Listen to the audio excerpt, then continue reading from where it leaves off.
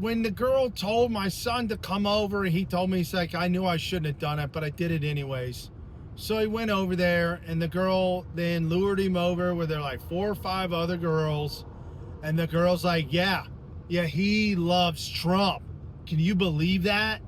And then all of a sudden, the ridicule, the hate, the anger, and he pushed back. And again, he's a white kid or a light-skinned kid. His great-grandfather is actually black from South Africa. So he does have a little bit tint and curly hair. But it was definitely racial, and they started to harass him. And then all of a sudden, they said to him something of the fact of, well, if you're black, why don't you say the N-word? And he's like, I could if I wanted to, but I don't want to. Freedom of speech allows me to say those things, but I have to face the consequences. I could if I wanted to, but I don't want to. Oh, boy. They went straight to the teacher and told the teacher that Grant said, I can say the N-word if I want to. They set him up. Yeah. Classic trap. Bait him into a corner, then run to the teacher the second he says anything they can twist. That's not kids being kids. That's calculated. He handled it pretty smart for 12, talking about consequences instead of just saying it, but they still flipped it on him. What'd the teacher do when they ran to her? Well, they called me in, called my wife in. I said, I'm fantastic. I'm done with this school. I'm about ready to tear these people a new one. Well, after thinking for a while, I dialed it back, and I went in very level-headed. I did tell the guy who runs the whole show, who obviously is full of soy, extremely delicate. Pretty much, I ran him up one side, down the other. And I said, absolutely, my son has the right to say whatever he wants, but he will face those consequences, like he said. But those girls baited him into this, and that's not what he was saying, and that's not what he was doing. And for you to call me in to call him out, sure, I'll agree. He shouldn't have said that. But here's the thing. He was right, and those girls baited him. Well, and then I said, are you going to talk to those girls and those parents for doing that? Well, if you think I should, I think you should. I don't care what you do. I'm just asking you if that's what you're going to do. Well, apparently the answer is no. Of course the answer's no. They don't want to touch the girls because they're the protected group in that room. Your son gets held to a different standard. They don't. That's exactly why you're homeschooling, because these environments don't treat kids fairly. You did right staying level-headed, but it's a perfect example of why you don't want them marinating in it 5 days a week. 2 hours twice a week is already showing you how broken it is. Right. And in the same similar community, I'm telling you, I don't know what's happened, but the black community in America has been completely and totally hijacked with propaganda and the lies. Everything from abortion is human rights and women's rights and women's health care to out in California where they're trying to figure out reparations, to hate Trump because he's a racist. I was at a client's house the other day, and she was asking me why we're so far behind. And I told her it's because we're busier more now than ever before. And she looked at me and said, why do you think that is? I said, oh, it's a tax return. I said, everybody's got a tax. Trump's been getting Trump administration tax return is huge this year. And it is, bro. I'm telling you right now, around the tri-state of Cincinnati, there are more buying and selling now than there has been in at least 3 years since 2022. Easily. I'm meeting with real estate agents. I'm meeting with buyers. I'm meeting with sellers. It's unbelievable. But the very next thing that came out of her mouth was vile hate and anger towards Trump. Like, you don't even know the guy. You're seeing it with your own eyes every day. Houses selling, people buying, more work coming in. She's just repeating the script she's been fed instead of looking at what's actually happening around her. That's how deep the propaganda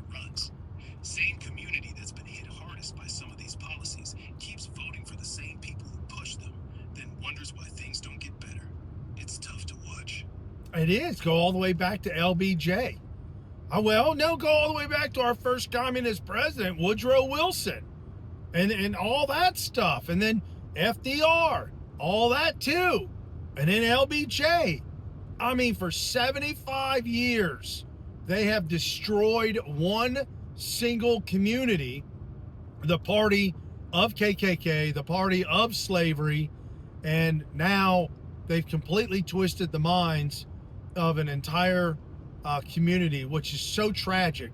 Because if you look 100 years ago, white men, both dads, fathers, husbands, raising their families, doing right, going to church, morally grounded in Christ. And, life's tough for everybody, okay? But don't try and get what somebody else has got. You need to get the Lord. You need to get Jesus, and you need to live through that, not through the lens or the eyes of what the media says you should have, or what your neighbors say you should have, or what advertisements say you should have. Fast forward till now, 100 years later, oh my goodness. You wouldn't be recognized nowadays. If you took black dads from 100 years ago and you brought them to today, I think they'd be shocked. They'd absolutely beside themselves about what's happened to the community today. That's the heartbreaking part. The same political machine that kept people down for generations flipped the script, convinced folks the answer was more government, not more personal responsibility and faith. And now you've got entire communities where the family structure's been gutted, single motherhood over 70% in some places, and the church's influence got replaced by cable news and social media. Those men you're talking about from 100 years ago would probably be stunned. They were grinding, building churches, raising families in much harder conditions, but they had a moral compass. Today, a lot of that's been traded for victimhood and rage. It's not progress, it's a different kind of chains. It's definitely chains. I mean, Joe Biden said that. He talked about they don't throw y'all back in chains. That right there is race baiting at its best. I mean, that's what the Democrats do. I mean, I would love to sit down and have good, wholesome, honest debate and conversations with Booker T. Washington and W.E.B. Du Bois. That's what I would love to do.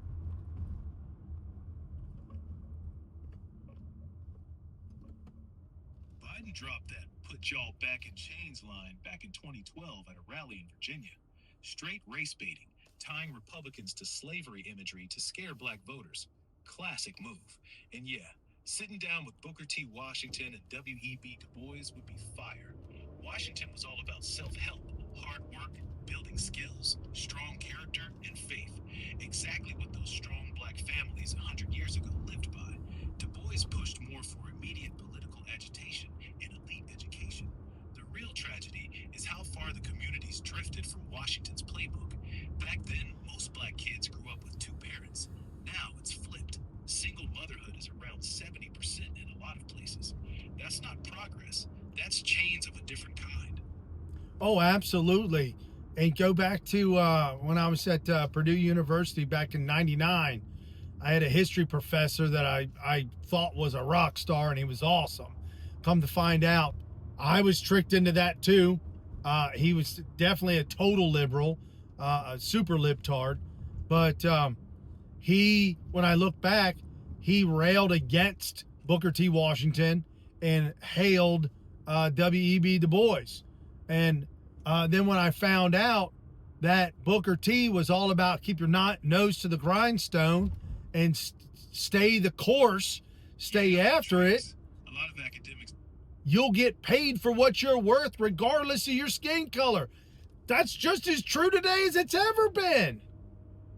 Look, we had a black president. Come on, man. What are we doing?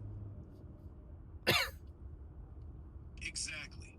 Booker T was saying, put your head down, learn a trade, build character, be indispensable, and the respect and money will follow. That message still holds up. We literally had a black president for 8 years, 2 black secretaries of state, black Supreme Court justices, millionaires, CEOs. If the system was as rigged as they claim, none of that would have happened. What about Condoleezza Rice? What about Condoleezza Rice? Condoleezza Rice is one of the strongest examples of Booker T. Washington's philosophy in action. She grew up in segregated Birmingham, Alabama. Her school was actually bombed during the Civil Rights era. Her parents drilled into her education, discipline, excellence, no excuses. She didn't wait for the system to fix itself. She mastered Russian, earned a PhD, became provost at Stanford, then National Security Advisor and Secretary of State under George W. Bush. She rose to the highest levels of power in America through raw competence and relentless work. Exactly what Booker T was preaching. Master your craft. Add so much value that your skin color becomes irrelevant. Rice is living proof that path still works. Yeah, no, 100%. It's just unbelievable how far we've gotten away from those teachings and those ideologies. And probably because they're good, they're hard, it takes time. You gotta wade through the process to become a master. You can't just wake up one day and just say, oh, well, I'm good enough. You'll never be good enough, and you gotta always keep striving and always keep after it. Just like working out at the gym. You gotta stay after it. You gotta tell the lies in your mind that that's what they are, is lies, and that's not who you are. And you're gonna stay the course and keep on keeping on. You know, just to be able to preach to the kids about Booker T. Washington, preach to the kids about people like Condoleezza Rice, and my buddy, my good friend, brother from another mother, Larry Elder. God bless him. I actually hung out with him for a weekend one time in Palm Springs. Just a fantastic guy. His words in his radio station actually helped me start to get out of the victimhood mentality that I was in all the way back in 2001. Larry Elder's a perfect example of the same mindset. That guy came from a tough background in South Central LA. Dad was a tough Marine, and he just kept grinding. Became a lawyer, then one of the top radio voices out there. Both him and Condoleezza show the same thing. Discipline, personal responsibility, and rejecting the victim card beats waiting for someone to hand you something.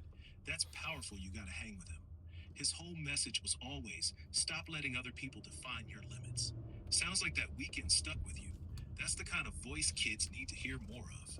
Yeah, 100%. His wife was just a beautiful woman, just super strong and very positive about everything going on, super supportive, just a great person herself. And it was a fantastic event that we hosted.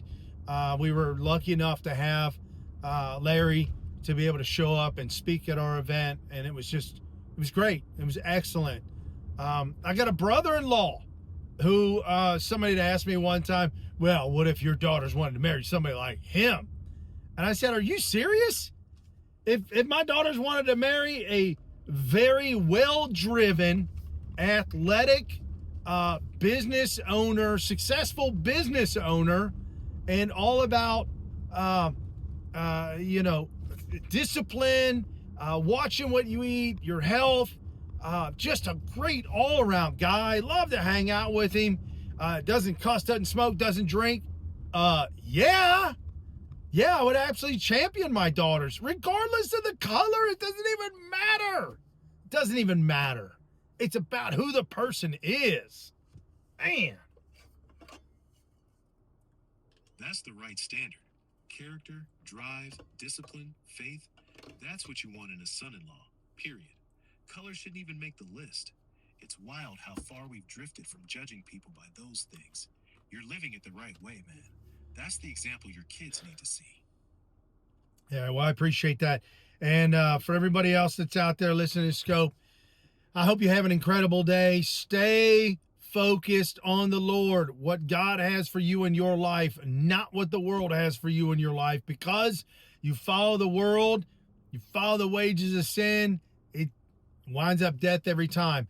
All these ideologies, all these policies, all this talk about what men should be, what women should be, and how it all works out. Everybody from Condoleezza Rice, to Larry Elder, Booker T. Washington, all the successful black men and women out there, right behind them, I promise you, their ideologies are rooted in biblical teaching. Thousands and thousands of years old. None of this is new. Thousands and thousands of years old of teachings, wisdom, knowledge, understanding, all comes out of the Bible. So if you're not reading the Bible and you're not finding your relationship in Jesus Christ, you're finding it in the world, and you're going to get what you're going to get. So I pray for each and every one of you. God bless you guys. I'll see you next time.